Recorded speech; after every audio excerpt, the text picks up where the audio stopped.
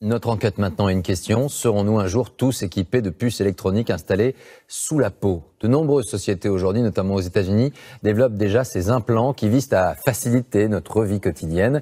Mais pour quelle utilisation réellement et quels en sont les risques? On voit tout cela avec Yoann Rolla, Marine Zambrono et Antoine Placier. Regardez. Franchir les portes d'une entreprise d'un simple geste de la main, sans badge d'accès. Déverrouiller son ordinateur, une photocopieuse, ou même dans cette entreprise américaine payer au distributeur sans carte de crédit. Je scanne, je choisis le paiement par carte, je mets la main, comme un téléphone, et c'est payé. Derrière ce geste, une technologie semblable à celle du paiement sans contact. Et une puce électronique, comme celle-ci, logée sous la peau entre le pouce et l'index. Dans le monde entier, plusieurs entreprises proposent déjà à leurs employés ces drôles d'implants, pas plus gros que des grains de riz. Dans cette PME belge, ils permettent aux salariés volontaires d'échanger des informations en une fraction de seconde. Je vous donne ma carte de visite. Alors serons-nous un jour tous équipés de puces comme celle-ci? Et quels sont les risques?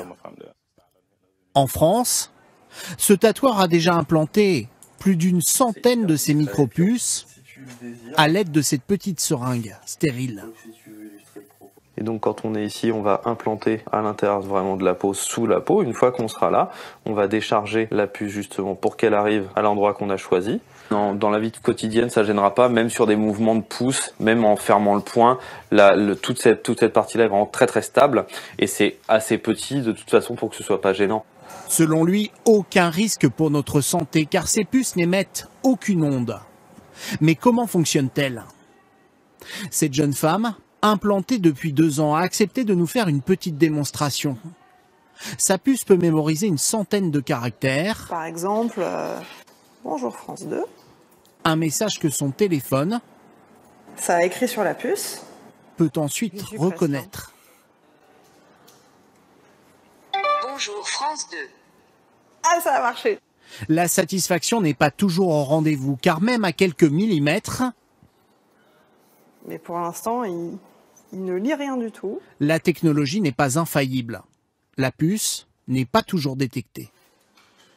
Les gens ont cette image des films de science-fiction où, en général, les implants servent à contrôler les gens, que ce soit contrôler leurs pensées, leurs actions, réussir à les localiser, etc. On n'est pas du tout là-dedans, on est très loin et heureusement. Les gens ont cette image des films de science-fiction où, en général, les implants servent à contrôler les gens, que ce soit contrôler leurs pensées, leurs actions, réussir à les localiser, etc. On n'est pas du tout là-dedans, on est très loin et heureusement.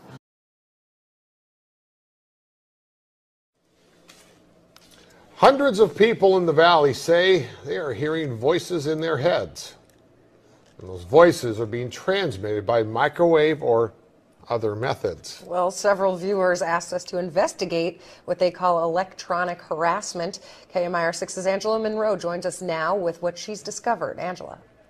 Electronic harassment, synthetic telepathy, voice-to-skull technology. Chances are you haven't heard of these terms. But after searching the internet, I found dozens of websites dedicated to the phenomenon and several Valley residents who say they're victims.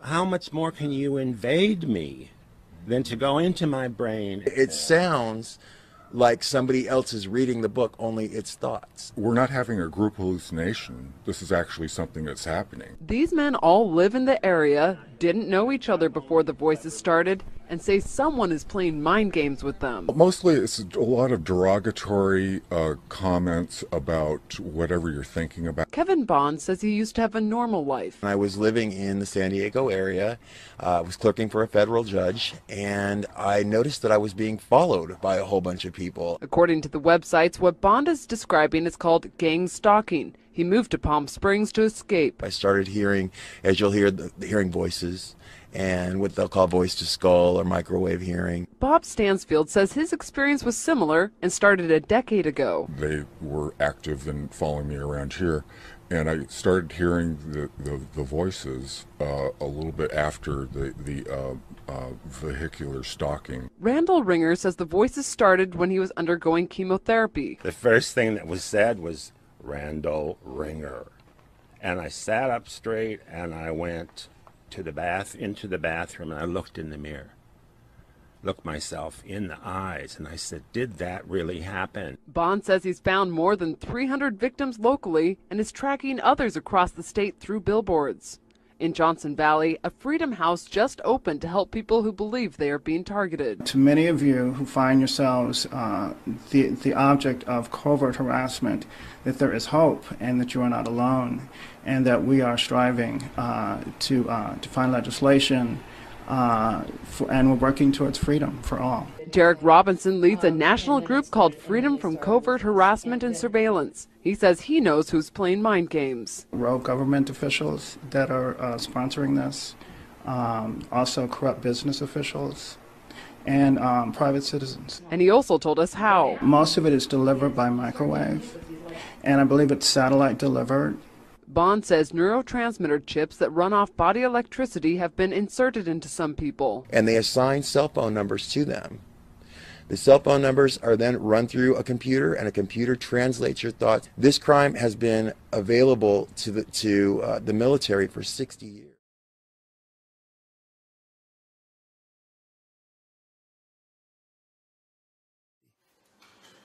Les gens ont cette image des films de science-fiction où, en général, les implants servent à contrôler les gens, que ce soit contrôler leurs pensées, leurs actions, réussir à les localiser, etc. On n'est pas du tout là-dedans, on est très loin et heureusement. Difficile d'imaginer de telles puces remplacer du jour au lendemain nos documents d'identité, nos cartes de transport. Et pour ce spécialiste, ces implants présentent aussi d'importantes failles de sécurité. Le risque, il y en a, on peut dire il y en a deux, c'est que la personne puisse être éventuellement tracée, puisqu'il y a un identifiant. Et le deuxième risque, c'est qu'est-ce que l'on va faire de cet identifiant. Donc si par exemple c'est pour ouvrir une porte, un attaquant pourrait copier cet identifiant en scannant la puce de la personne et ensuite rejouer cet identifiant devant la porte. Pour l'heure, ces implants intéressent surtout les fans d'informatique et de nouvelles technologies. Quelques milliers d'utilisateurs à peine à travers le monde.